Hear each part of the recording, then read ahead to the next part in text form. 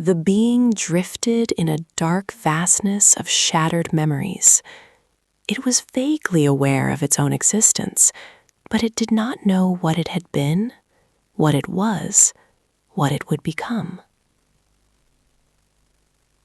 The cold abyss of broken memories surrounding it seemed boundless.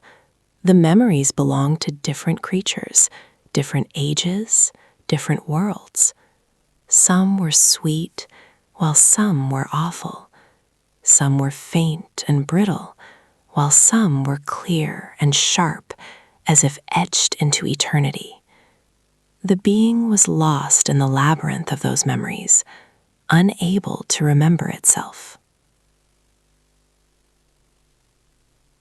Time and space were meaningless in the absence of awareness, and yet the being felt a faint certainty, a subtle premonition of its doom.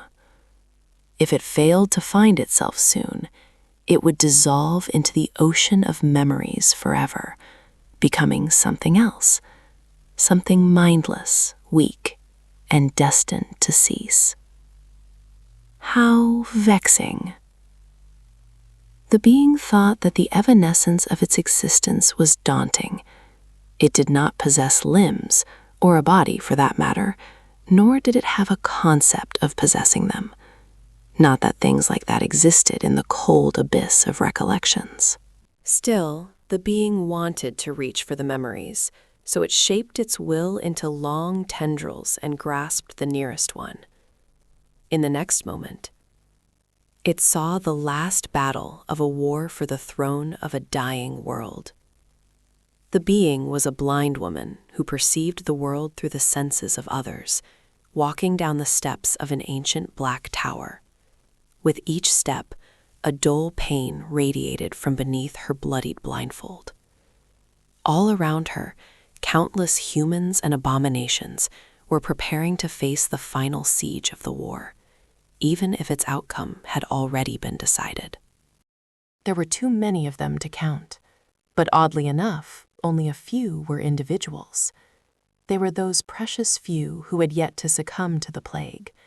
The remainder were merely vessels of her last ally, the hateful butcher of the north.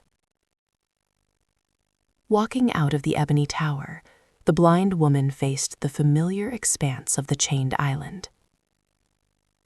Out there, separated from the flying island by a vast chasm and the great length of 7 celestial chains, the forces of humanity were arrayed against them. More than 100 saints, thousands of masters, countless awakened warriors. Sation and her sisters were among them. So were the saints of the House of Night, Skytide, Rowan, even her own firekeepers, and their master, naturally. All of them were ready to attack the Ebony Tower. The sky below would have served as a natural barrier for most, but Nightwalker was there as well, ready to fold space and deliver the besieging army to her doorstep. The Ivory Island loomed in the distance as well, and the Night Garden could appear at any moment. Quite a sight, isn't it? She turned her head faintly, acknowledging the man who had spoken to her, the wicked monster, with eyes that reflected the world back on itself. The blind woman lingered for a moment, then said indifferently, "I wouldn't know." He laughed. Once the echoes of his laughter were swallowed by the wind, the man added in a mocking tone, "It all could have been avoided if you had let me loose, you know. Ah, but alas, you and your senseless morality."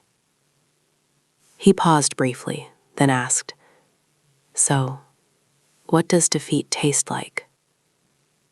The blind woman lingered for a long time. When she finally spoke, her dark voice was full of defiance. "I am not defeated yet." The being reeled away.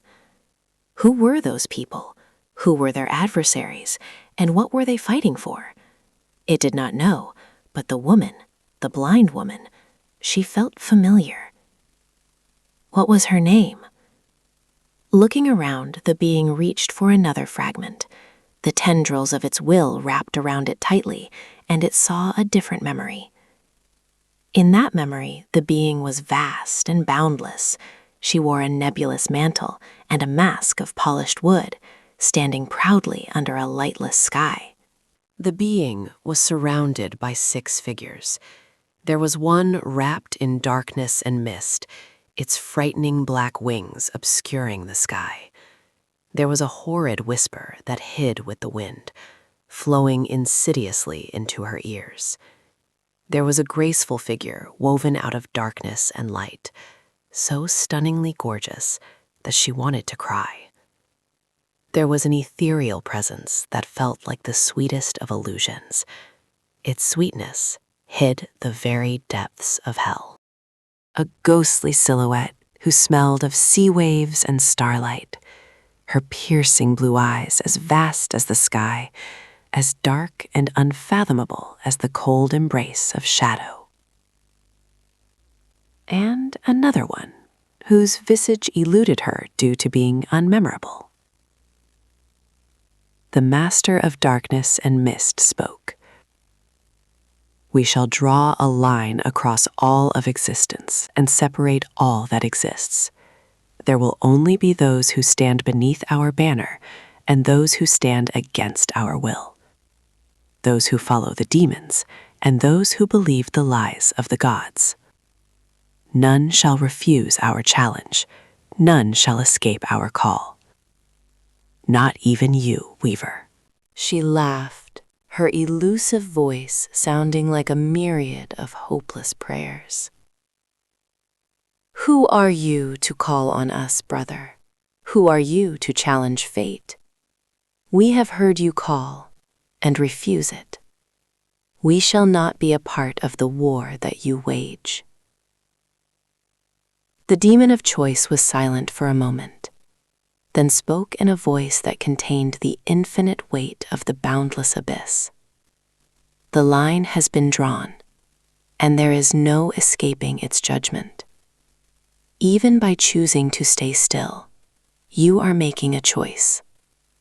The choice to abandon your siblings and side with the gods. His voice swelled with coldness and fury at the hint of betrayal. Choose wisely, my sibling. You are alone and surrounded. If you choose to betray us, do you think I will let you escape?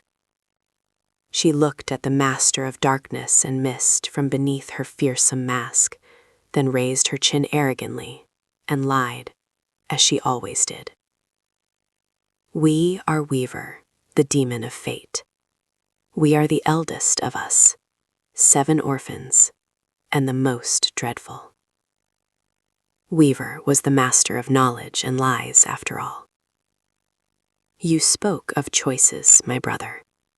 But why does it seem like you have already made yours? Do you think you can best us? No, you have already lost.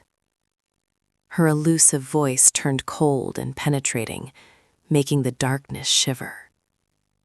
We are alone because that was our will. And we are surrounded because that is where we wanted to be. Every step you took, every word you spoke, and every thought you conceived of has been formed, foreseen, and dictated by fate. And we are the master of fate, after all. Therefore, we are your master as well. She looked at her brother from beneath the wooden mask and asked coldly, So tell me, demon of choice, who is it that has to choose wisely? The being staggered away, gasping for breath, even though it did not have lungs and existed in a space alien to the concept of air. No, that memory was too grand, too terrifying, too impossible. The memory was in its possession somehow, but belonged to someone else, to someone terrifying. I'm running out of time. Still suffering the aftershocks of witnessing the terrible confrontation, the being desperately extended the tendrils of its will toward a different memory, and that felt fresh and impactful, painted in shades of pain, fear, and profound insight. It belonged to the blind woman again. Yes, this feels right. This feels like me.